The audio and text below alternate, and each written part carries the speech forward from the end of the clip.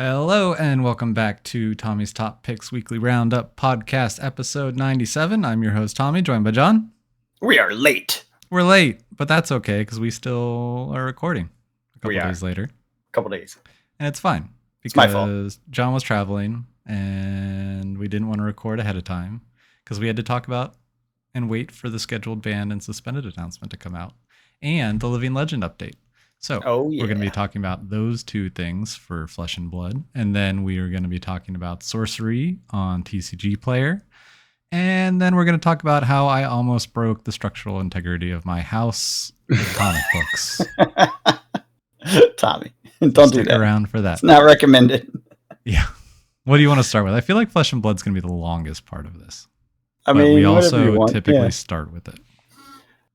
Well, okay, let's do Sorcery real quick because this is super, super quick. I got an email today. It said, hey, shops, post Sorcery cards. It's now available on TCG Player for posting. And I saw this with, oh God, what's the game called that I like? The real simple one they play with my sister. Starts with a Cryptic. K. Cryptic, that's it, yeah. That game that we care about. Yeah, it has a K. That's all I can remember. I was like, it starts with a K. I don't know. I don't remember. I'm terrible with names. You know that. Yeah, that one was similar. They had like a week or 2 weeks, something like that, like loading period where you load sales, potential sales, and then they make it live after that so that there's stock when they go live with it. Yeah, of course. But yeah, they sent that out today or yesterday, something like that. And so it looks like Sorcery, at least alpha, will be up on TCG Player within the next couple of weeks. And then beta is Friday, I think, hits the street. I have 2 cases ordered from distribution, of which I've heard nothing about. And I am super nervous because one of them I pre-sold. So I don't know when I'm going to get it to sell it or to send it to the person that bought it for me. And they're going to be real pissed if it's not here on the day of. And I'm getting no answers from distribution, so I'm real nervous about that. But yeah, it's all coming together. Fun. Yeah. So anyways, that's all of Sorcery. That's all I got. Okay. So we complain a lot about on TCG Player and Magic and the different variants and Flesh and Blood and First Edition and Unlimited and all these different games and their weird caveats to make finding the version of the card you want on TCG Player difficult. Not impossible, but should be easier. There are challenges, yeah. Yeah. How do you think Sorcery is going to compare? I think it'll be fine because they aren't really doing alt arts or anything. Nothing different in the beta than the alpha? There will be, but that's the same as a different set. That's the same as like Wilds of Eldraine versus Brother 4, right? So that's really well done in TCG Player. The thing so it's all new cards. No, but that's still not that different because it's just like a reprint in a new set. It's just a set. That is the set. Alpha is the set. Got it. And just like Wilds of Eldraine is the set. Whereas like I think the ones that cause problems are, for example, Magic or even in Flesh and Blood, where it is the same set, but it's a different edition of the same set. Does that make sense? Yeah. And so then there's also First Edition. Yeah, exactly. So it becomes a little bit, basically they end up in the same searches. So it becomes a pain to manage it. Now, you'd think that wouldn't be a problem, but I think because of the repetition of the numbers of cards, well, for Fab in particular, because there's 3 colors for each card. Yeah. Every time you search for a card, you're getting 3 colors plus 3 foils, plus if there's a first versus a non-first, that's now double that number, plus if it was reprinted in HP1. You know what I'm saying? Now you're seeing like there's a giant list you have to go through to find the right one to list. Whereas this, it's going to be alpha or beta, foil, non-foil. Right. That's it. So that's much easier. Yeah, it is. I mean, so far it looks very, very easy by comparison to a lot of other games. And then Magic, of course, has 700 reprints of the same damn thing. So yeah, that makes sense. And alt arts. That's the real hard one, is alt art Yeah. in the same set. It's like, yeah, this is Wilds of Eldraine, or Lord of the Rings, good God. Or the commander versions of the sets. Oh my God, the commander versions. At least those are different sets technically. Like they have a different set code, but it's still a pain in the butt if you don't know all the set codes, which they have like 6 set codes every set now. It's ridiculous. It's crazy. Yeah, and like Lord of the Rings is using the same set code for both sets of Lord of the Rings. Yeah, that's the holiday one and the non-holiday. Like that makes Yeah. me crazy. And then you also have the alt art on top of it and the extended borderless knot. Like, come on, leave it alone. Yeah, It's out of that's control. a lot. Yeah, so sorcery will be much easier. We'll see. There's clearly stuff listed. Obviously, nothing is sold yet, but there's already shops throwing stuff up there, so that's pretty cool. Awesome. Well, that's good to know. Yeah. Looks like the case is listed. The lowest listing for, I'm not sure if I'm allowed to say this, for the sorcery alpha case is $9,117.87 on TCG Player. That's what it will be when it releases, unless someone else posts something lower. But as of right now, they will. Oh yeah, So if Cryptic is any indication, you have your set prices before any sales happen. You have release day prices where people will start undercutting each other. Yeah. And then a week or so out, it settles into like supply demand, you know. Yep. So we'll see. We'll see how much stuff sells. I'm sure some of it will. I don't know how much though, and I don't know what the prices will end up being.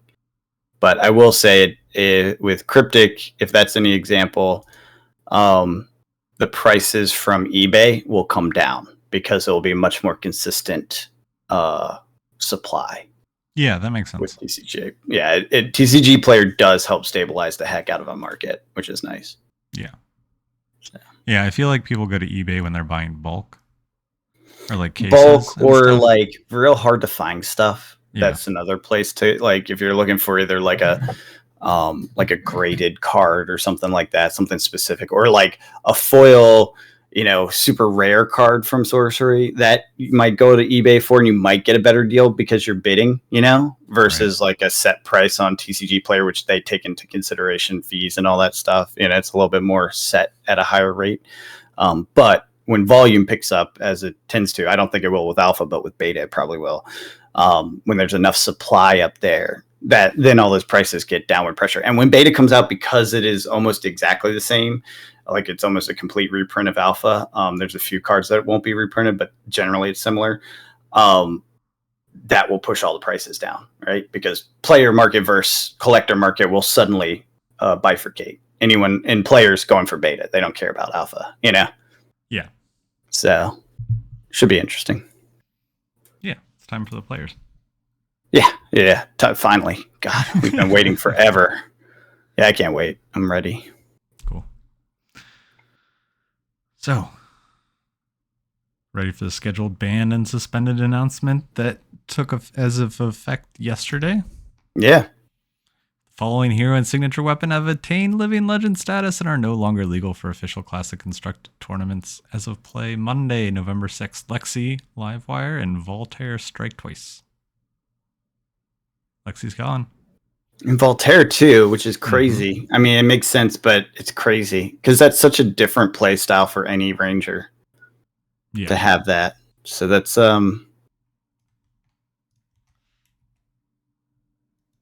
yeah, I don't know. I guess it's not that different because there's another bow that allows you to shoot a couple times, right? Well, it's also an elemental ranger weapon. So oh, that's true. It was never usable. What am I thinking? Oh, I'm thinking the hood.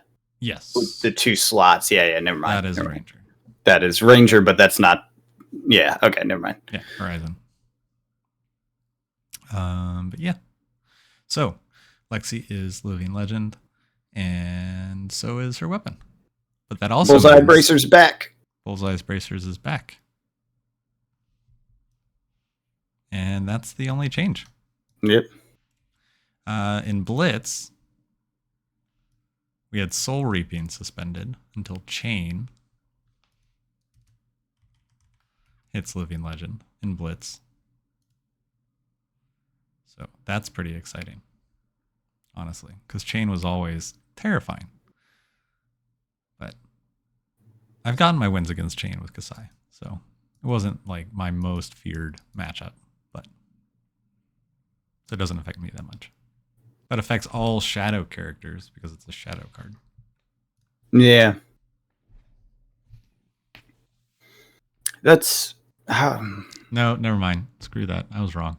It's a chain specialization. So what is Soul Reaping is? yeah. So not Oh, any okay. shadow. Yeah. Just Oh, okay. So that's not that big of a deal then. no. Just No, affects chain. Yeah. Got it. But so the next scheduled. So this is our format. These are the changes until December 18th, which isn't that far away. Which ties into the next statement, huh? Yeah, because there's a Living Legend update. Should I just read this? It's all pretty important. Sure. A hero ascending to Living Legend is one of the most significant occasions that occurs in Flesh and Blood organized play. It's both an occasion to celebrate past achievements and anticipate the new possibilities of a fresh metagame.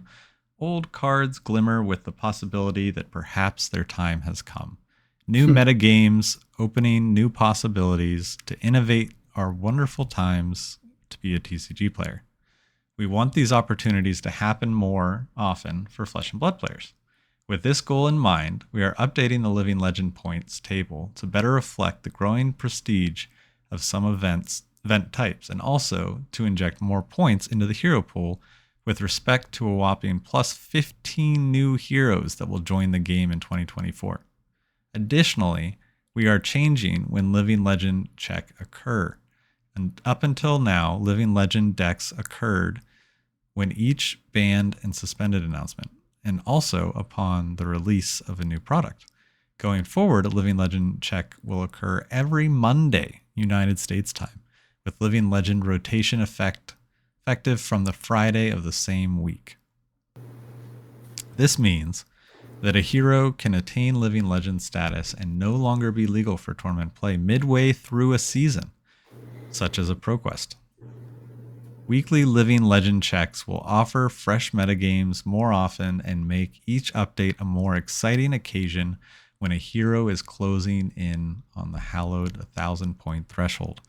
In summary, these changes are intended to see the highest performing heroes move more quickly towards Living Legend status.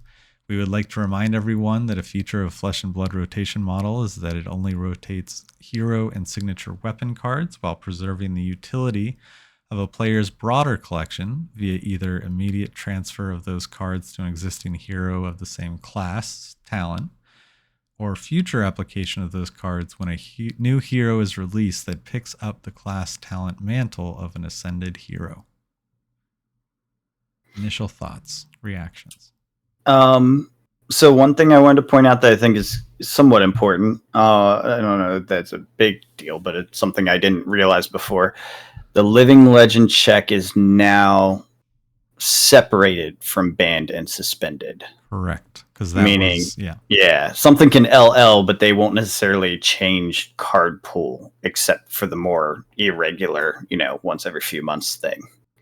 Well, so when a hero would hit Living Legend, you could still play them until the banned and suspended announcement at the end of the season. No. What? No. That's how currently, it was. yes. Currently, Yeah, yes. currently. Yeah, exactly. But now they can LL out, but they won't necessarily change what cards are banned. So you could have something banned that was tied to a hero such as Bullseye Bracer, right? Yeah. Lexi LL'd in the middle of the season. She's gone. Voltaire's gone. Yeah. Bullseye is still banned until they do their next banned and suspended, which is like quarterly-ish. Not really. Because Why? the caveats they put on, like on Soul Reaping, is suspended until Chain becomes Living Legend. Oh, that's fair. Oh, okay, yeah. So okay. when he becomes Living Legend, that card is legal. Illegal again. Yeah, good point. I didn't think about that. Now, for this one, we would need a new chain for that to actually matter. Sure. But it would mean that Azalea would have Bullseye back. Immediately. Yeah, okay, that's fair. Immediately for, say, Lexi hit her LL week 1 of ProQuest season. Week 2, week 3, Azalea will have Bullseye. Yeah. In this hypothetical situation. Yeah, I mean, I think it's good. It's interesting. I think it's going to piss people off. It's going to piss a lot of hardcore Flesh and Blood players off. I am ecstatic about this. I think this is super neat and super fun. Because this in addition, so I would be more concerned about this if they weren't planning on introducing so many more new heroes. 3.75 per set. There's 4 sets a year, right? Right. So almost 4 a set is the average. Mm-hmm. I like that. Yeah. No, I think this will create. It will be hard for there to be a stagnant meta for months on months. I don't see a meta existing past a season, if that makes sense. Mm-hmm. Yeah, it does. Unless there are multiple decks that do very similar things. At some point you get so many heroes, because I still don't think, even though they up the points, I don't think you rotate out quickly. I think it's hard to say. I think they will, because I think we'll see, because the meta can change so quickly, different heroes can get different amounts of points pretty quick. But you're talking about 4 heroes leaving every 3 months. Mm-hmm. That's not going to happen. No. Because you're getting 4 every 3 months. Yeah, you're going to get more and more heroes. And so at some point, I don't know that there is any one dominant deck, right? I think there always will be, but I think it will take people longer to figure it. So that, like with Dash.io, right? Mm-hmm. When the cards first came out, no one was playing that deck. But now everyone's playing that deck. Because it's been a couple weeks. People have figured it out. People have put the reps in. That's about how much time. I still think that's a fluke. I don't think that'll last. I feel like that's going to be similar to... you think people will just get better at figuring out the meta? No. I think it was a fluke that Dash.io was so dominant in that recent... Was it Battle Harden or whatever? Yeah. Or calling. I think that was a surprise. No one knows what to expect, situation that the world will adapt to, and it won't have that same effect going forward. We had that happen before. I don't remember what hero it was, but I think it wasn't it Azalea suddenly came in and like wiped everyone, and everyone was like, she's the new meta. And then she wasn't the new meta like the next week. She was gone. Right. Yeah. So I think it's one of those like, didn't see that coming. But yeah, I agree. It'll take a few weeks to figure things out. I don't know that they'll get any faster. In fact, I think if anything, it'll get slower because of the number of new heroes constantly coming in. Yes. I don't know. We'll have to see how it plays out. It'll be interesting. There are some real point changes here, though. The Battle Hardens going from 10 to 40, that's huge. Yeah. There's a lot of Battle Hardens.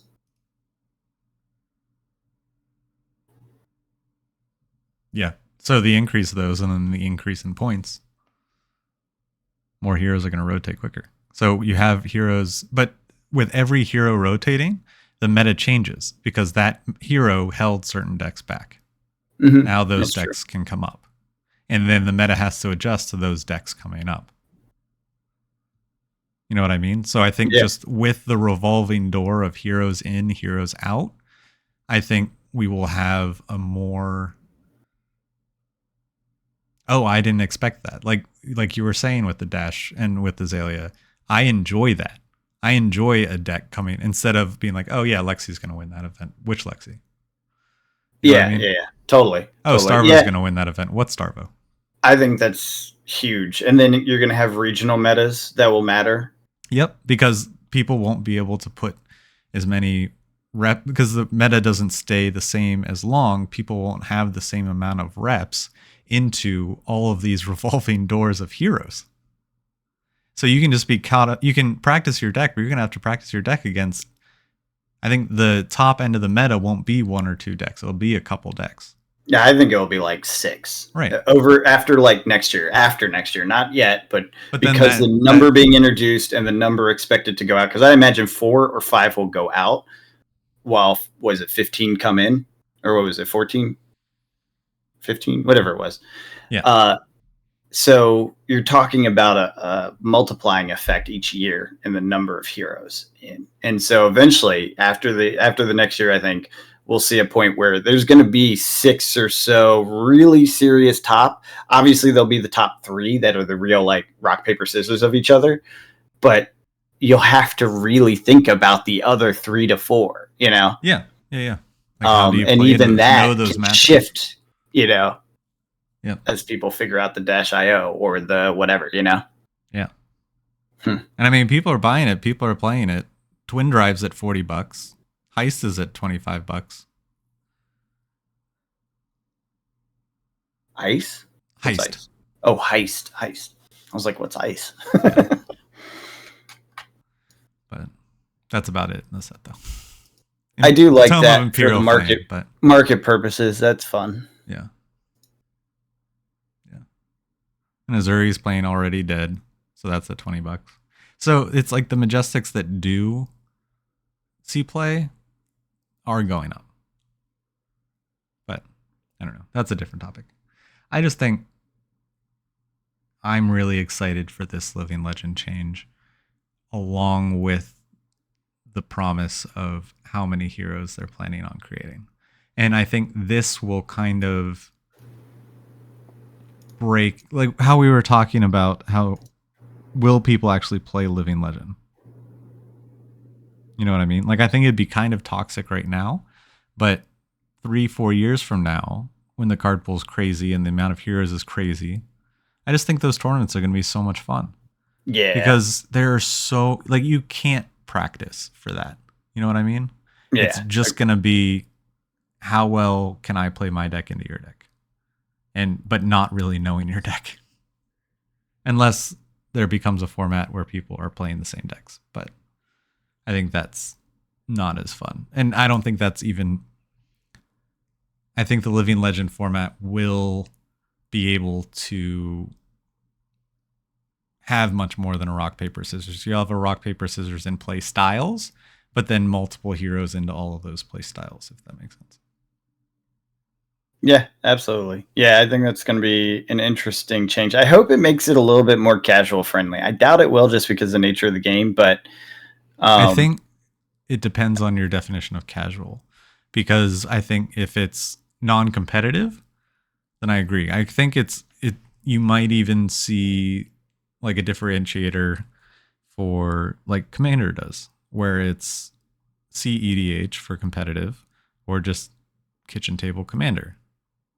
You know what I mean? Like, yeah, there might be like that competitive Living Legend or just Living Legend. Yeah. And also there's a bunch of different points and a bunch of different talking aspects for this. And devil's advocate here, I am for this. I think that this is awesome and I'm very excited. But I know there's also the people that love their heroes, and I'm one of those people. I love my heroes, but when they hit Living Legend, I'm not going to cry about it. I'll just play them in Living Legend, or a new version of them will come out, like we've seen. And you still can play your class. Like, you're not going to be switching out that many cards. Yeah, you probably are. Yeah, I was going to say, I don't know if I agree with this. But so where I was going with this, I kind of went off on a different thing.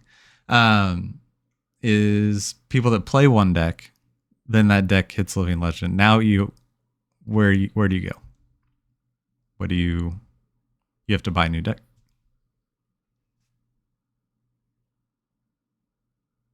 You know what I mean? Yeah. I mean, like, how expensive does that get? I think you're going to have that problem regardless. So then you could take different routes. I mean, it would then make being a competitive Flesh and Blood player more expensive. Yes. That's definitely the case. But that's always the case with the competitive any game.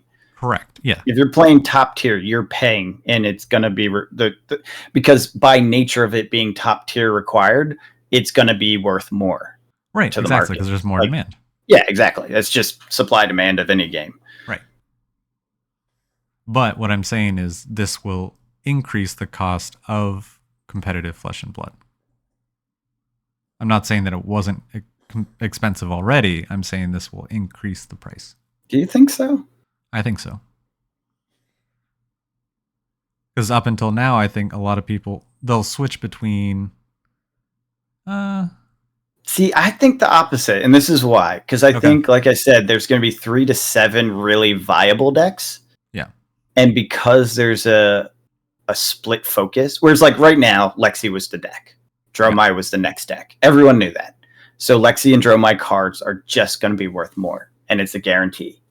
Whereas if there's 3 to 7 actually viable decks in a meta, and you have to think about who's going to show up at this particular tournament and bring the right deck for that tournament, one of 3 that you've practiced on, now you have a split demand. Instead of just one deck, you're looking at 2 or 3 different decks, and that means the prices of each of the cards would be lower. It's only true if that holds true. If we don't just see it still focused on 1 or 2 decks, and then we have 40 non-viable decks, which would be ridiculous. And if you're just picking one deck compared to, the Lexi and Dromai are the top 2 decks, I'll buy those 2 decks. Oh, there's 6 top decks. I need to buy those 6 top decks. Yeah, but who's really going to play 6 decks? No one's playing 6 decks. Right, exactly. And that's another question, and divides people into will they or won't they. But I think that increases the amount of won't. Yeah, it's going to be interesting. It'll change the game. We'll see how it plays. Yeah. I don't know. I'm excited. I think it'll be cool. I'm excited for more consistent change. Yeah, I like meta changing up. That's part of my favorite time in Flesh and Blood is when the meta changes up, either through new cards or, LL or whatever. Right. I'm looking at the Evo season points, and I don't think I realized that Dromai had gotten as many points as she did. Mm-hmm. I knew she was good. I just didn't think she closed it out that often, but she is just behind Lexi. She got 328. Lexi got 350. Yeah. So she really ranked up like I said, I knew she was good. I just thought she didn't close out, but she did. And then guess who's third? Freaking Bravo. Mm-hmm. Didn't see that one coming. He's pretty good. Azalea's right on his tail. In points? Yeah, for the season.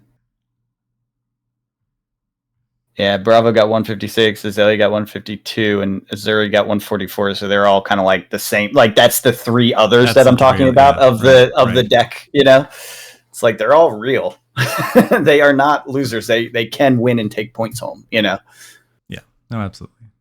So, yeah, I guess technically there are 5 like quite viable decks. Yeah, and then a few sneaky surprise decks. Or were until Lexi went out. Now there's 4. Dory's still safe. She's safe for now. Dory's She's not going anywhere. Icelander got some points. I guess she's still in for a while. We'll see. Yeah, I'm excited for what the future holds. Really looking forward to this next set. It's funny. I was really interested in Azuri, and I fell off and wasn't really paying attention. But clearly she's still quite viable and good. Absolutely. I do not understand how. When I played her and was like messing around a lot and like doing the math, trying to figure out the value gain and stuff, I couldn't really see how you get the value out of her. Clearly people have figured it out because she's gotten 144 points this season. But I never followed up with it to see where it landed. So I literally have no idea how she's pulling enough value to actually win tournaments. We have locals you can talk to. Yeah, I know. Yeah. There's a lot of people that play locally, which is why I'm like, I know it's a thing. I just never followed up after the first few weeks. 2 for 6 is good, but is it that good? With on-hit effect, yeah. Yeah. Well, and it's not really. I think at least the last thing I remember was like the key was always dagger to add that extra point. Yeah. Because that extra, 2 points technically that's the creep over value. Right.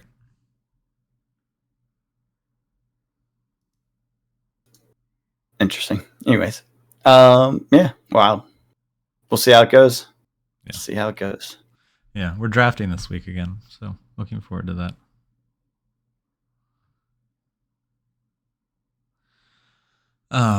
Do we want to talk about how I almost broke my house?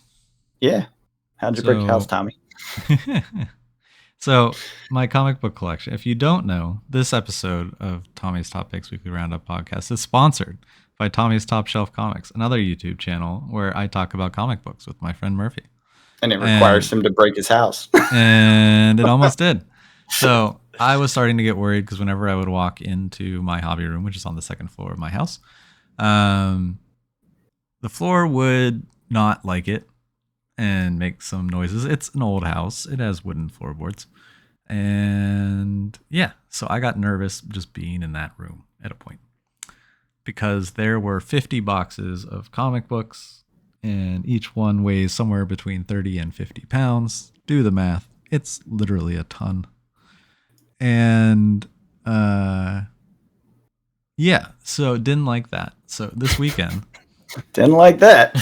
This weekend, I built, my wife and I built a ton of shelving, cleaned out the room in our basement, and which I know, don't put comic books in your basement. It's okay. It's a dry basement, and there's a dehumidifier running. We're good. And they're in plastic sealed boxes, so they're airtight. Ooh, do you have those little silicate packets too? No, but I could get those. I was gonna say I have a bunch because when I was doing that, if you want, I'll give you a whole bag of like 1,000 of them or something. Sweet, yeah, I'll take those. But yeah, so move them all down two flights of steps.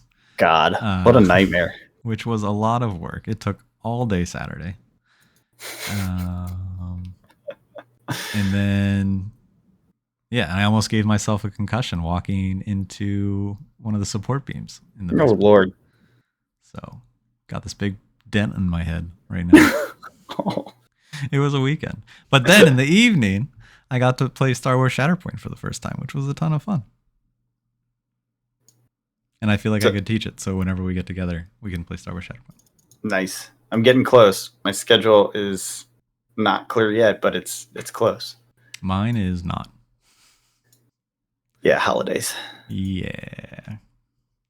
But just wanted to share that little fun story about how I almost got a concussion and almost broke my house with comic books. Yeah.